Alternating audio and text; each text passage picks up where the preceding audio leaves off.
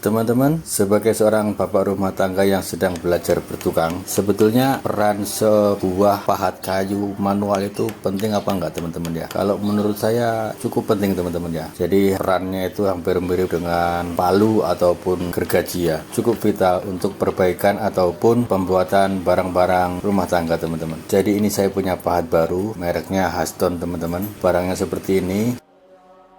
Jadi ini ada beberapa ukuran ya. Yang ini 1/4 in, kemudian di bawahnya itu ada 1 inch, di bawahnya lagi ada 3/4 in, kemudian ini 1/4 inch. Secara model dan bentukan build quality-nya seperti ini teman-teman. Bagus sekali ya, mengkilat. Nanti akan kita coba ketajamannya. Kalau secara first impression-nya ini cukup memuaskan teman-teman.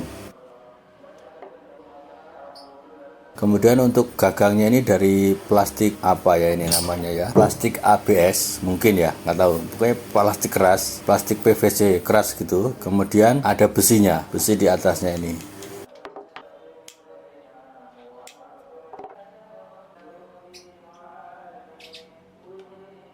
Tapi ini besinya nggak nyambung sama bilahnya teman-teman ya, tapi ini udah cukup kuat. Teman-teman lihat ya ketajamannya, cukup tajam untuk sebuah pahat konstruksi. Jadi pahat itu kan ada beberapa tipe teman-teman ya, pahat konstruksi, pahat Jepang, apa itu namanya, bench chisel gitu-gitu banyak. Jadi ini termasuk kategori pahat konstruksi atau pahat yang serbaguna teman-teman ya, pahat yang multifungsi lah gitu. Jadi sambil kita review pahat ini teman-teman, saya kepikiran untuk kita belajar membuat purusan atau tenon teman-teman ya. Kita pakai pahat ini untuk membuat purusan sambil belajar. Untuk teman-teman yang mungkin belum bisa atau masih pemula dalam hal pertukangan, mungkin ini bisa menjadi apalah sedikit informasi ya, bagaimana cara saya membuat purusan atau tenon ya. Pertama, kita akan posisikan lubang purusannya itu di tengah-tengah teman-teman ya. Jadi sesuai dengan ukuran kayunya dibuat di tengah-tengah.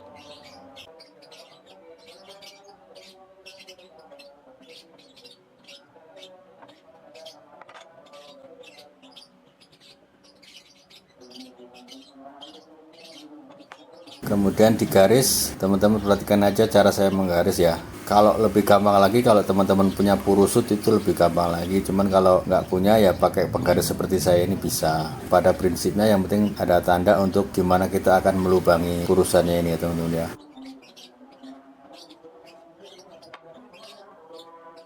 Nah jadi seperti ini kita akan lubangi pakai pahat tadi tuh. Kalau teman-teman nggak punya catok atau meja seperti ini, pakai kaki di lantai juga bisa. Cuman kalau saya merekam di lantai terus saya injak pakai kaki, kayaknya kok kurang sopan ya. Makanya saya pakai bangku seperti ini. Untuk permulaan, teman-teman tandai di dalam garis teman-teman. Jangan di tepat di garis atau di luar garis ya. Di dalam garis. Kemudian ketuk pelan aja, nggak usah dalam-dalam. Pakai palu ya, pelan aja. Yang penting tergores pakai pahat itu ya.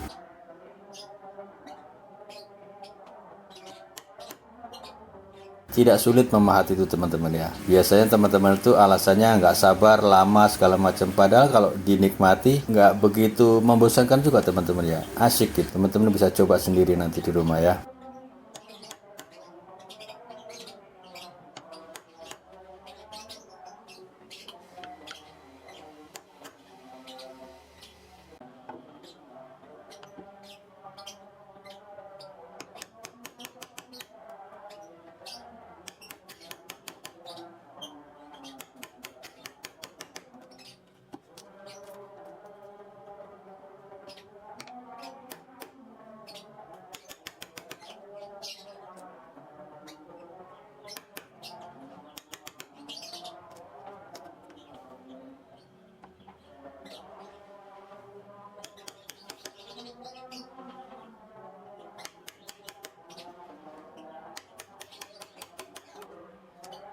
Sebenarnya kalau teman-teman mau setelah posisi seperti ini bisa dipakai bor teman-teman ya, pakai bor kayu lebih cepat. Ada juga teman-teman tukang itu yang sebelum dibuat itu dibor dulu. Itu mungkin bisa lebih cepat ya, tapi kalau saya sukanya itu saya lubangi dulu seperti ini teman-teman ya. Jadi saya lubangi dulu pakai pahat seperti ini, kira-kira ya setengah senti atau 1 senti, baru saya pakaiin bor. Nah, itu biasanya lebih akurat teman-teman ya, lebih akurat dan lebih gampang. Beda dengan yang dibor duluan itu justru nanti memahatnya itu lebih susah susah, jadi kayak jepit-jepit gitu teman-teman ya. Tapi kalau kita pahat dulu, ada jalur seperti ini, kemudian kita bor, itu memahat sisanya itu lebih gampang. Teman-teman bisa coba sendiri nanti.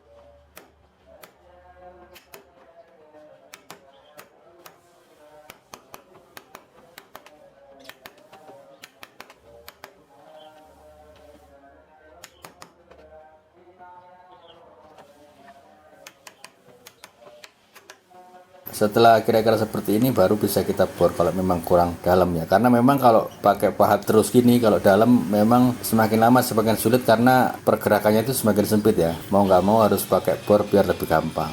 Sebetulnya kalau untuk pahat-pahat untuk jointer seperti ini kan ada yang khusus untuk fine woodworking itu teman-teman ya, yang pahat-pahat made in Jepang, buatan Jepang itu yang mahal-mahal itu memang itu dikhususkan untuk pembuatan purus-purus seperti ini yang fine woodworking. Pokoknya yang woodworking yang bagus-bagus itulah, yang mewah-mewah itu dengan kayu-kayu yang berharga tinggi itu ya harus pakai pahat khusus ya. Tapi kalau untuk tukang pemula atau bapak rumah tangga seperti kita, pahat-pahat seperti ini ya udah cukup lah, ini tajam sekali teman-teman ya.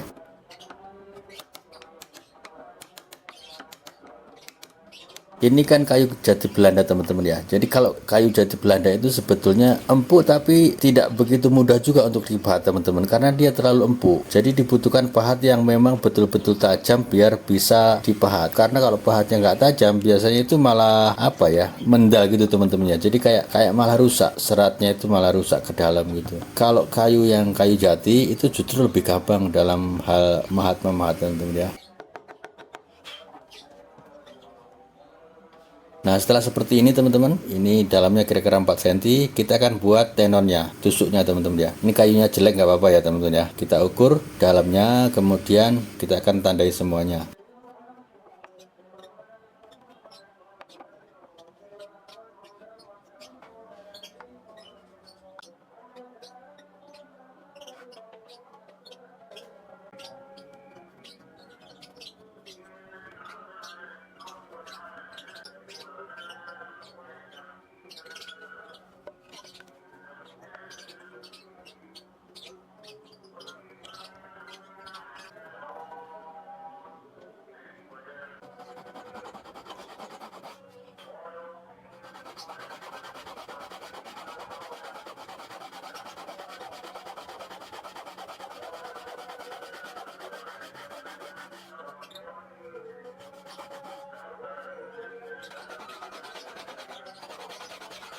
Untuk penggergajiannya teman-teman bisa gergaji muter semuanya, bisa, atau seperti saya ini, karena ini kan memang temanya mencoba pahat ya, jadi saya akan pakai pahat seperti ini. Kalau mau pakai pahat seperti ini teman-teman perhatikan serat kayunya teman-teman, jangan sampai nanti pas kita ketok atau kita pahat, dia serat kayunya itu pas kita ketok malah nanti pecah atau terlalu dalam sobekannya itu.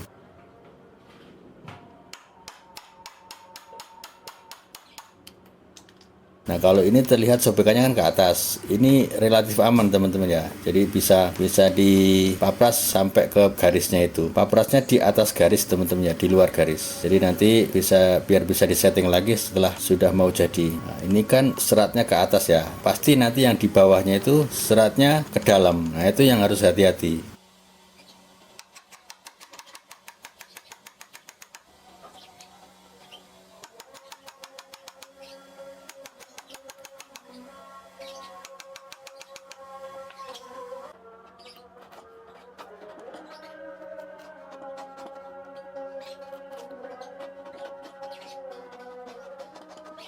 Kalau pahat nggak tajam nggak bakal bisa dipakai dengan cara seperti ini teman-teman ya, didorong seperti ini nggak bakal bisa, pasti nggak mempan ya. Tapi karena ini tajam, ini bisa dipakai seperti ini. Jadi teman-teman berkreasi dengan cara teman-teman sendiri yang sekiranya lebih gampang dan lebih nyaman untuk teman-teman sendiri. Nah untuk yang serat ke dalam gini lumayan tricky teman-teman ya, lumayan harus hati-hati, karena kalau kalau nggak hati-hati nanti malah sompal ke dalam sana, nanti longgar jadinya. Untungnya ini pahatnya tajam, jadi ini agak gampang.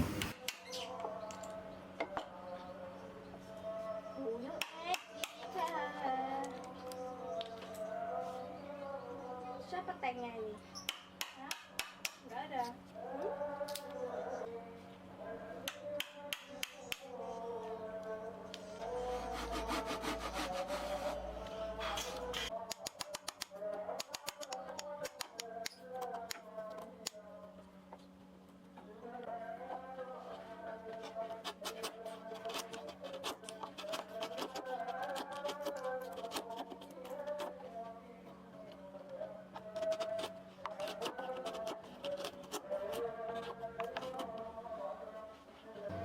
Kemudian untuk pemotongan ini teman-teman ya, ini bisa di bawah garis bisa, nggak apa-apa kalau ini, karena nanti biar agak longgar yang sisi atas bawahnya ya.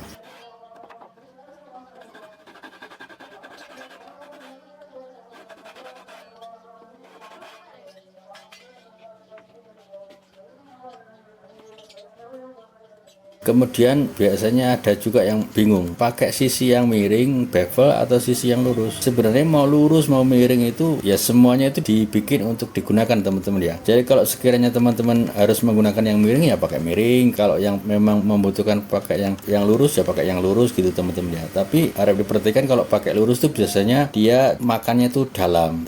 Jadi sekiranya teman-teman butuh makan yang tidak dalam pakai yang bevel, pakai yang miring. Tapi kalau butuh makan yang dalam pakai yang lurus gitu teman-teman ya.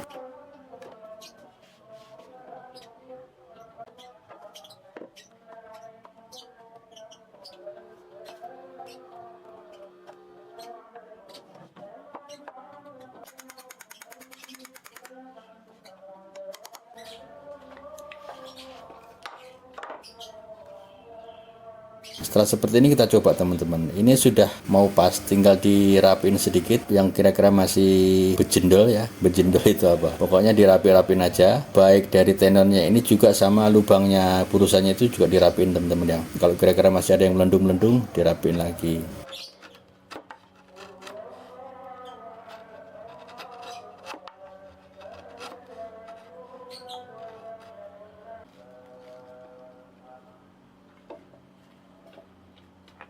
Ini sudah mau hampir masuk, saya kikis sedikit lagi. Teman-teman lihat kalau ini saya bilang bahatnya ini cukup tajam teman-teman ya. Padahal ini belum diasah ya.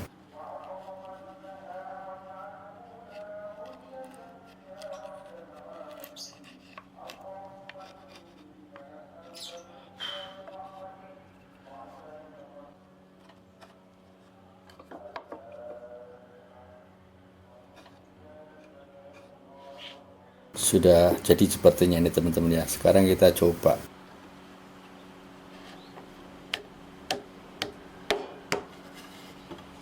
Nah ini kalau menurut saya ini sudah cukup pas teman-teman ya. Maksudnya pas itu tidak terlalu kenceng, tidak terlalu kendor. Jadi pakai diketok pakai tangan aja udah bisa. Kemudian juga ini tidak melintir ya, tidak melintir. Diangkat juga nggak lepas. Ini berarti kan kenceng ya. Ada menyisakan tempat untuk lem juga gitu nanti kalau memang mau dilem. Kemudian kalau kita siku juga cukup siku. Nah ini lumayan bagus ya kalau menurut saya teman-teman ya. Lumayan berhasil. Kadang-kadang juga saya juga kadang-kadang nggak berhasil teman-teman ya. Kadang-kadang melintir, kadang-kadang mulet gitu, namanya juga pekerjaan manual ya. Kalau sudah mulet atau melintir itu biasanya jadinya nanti longgar karena kita kikis terus ya biar nggak melintir. Ngilangin melintirnya itu ujung-ujungnya malah longgar. Tapi ya itulah resiko dari sebuah pembelajaran ya.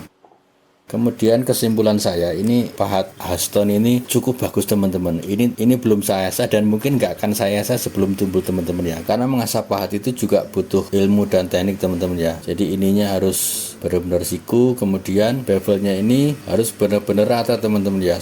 Sangat rata. Karena kalau nanti misalkan kita ngasahnya nggak pinter ya, kita asah asal gitu. Kemudian bevelnya itu melendung, melengkung, itu susah dipakai teman-teman ya. Jadi pas dipakai gini nggak akan tajam karena melengkung bevelnya itu. Jadi ini harus benar-benar flat. Ini juga benar-benar siku gitu. Karena ini masih tajam, mungkin ini nggak akan saya asah dulu sampai nanti tumpul daripada nanti malah rusak ya. Sekian dulu teman-teman untuk video kali ini. Mudah-mudahan ada manfaatnya dan terima kasih Haston sudah membuat sebuah atau satu set pahat yang sangat bagus ini. Sukses selalu untuk kita semua.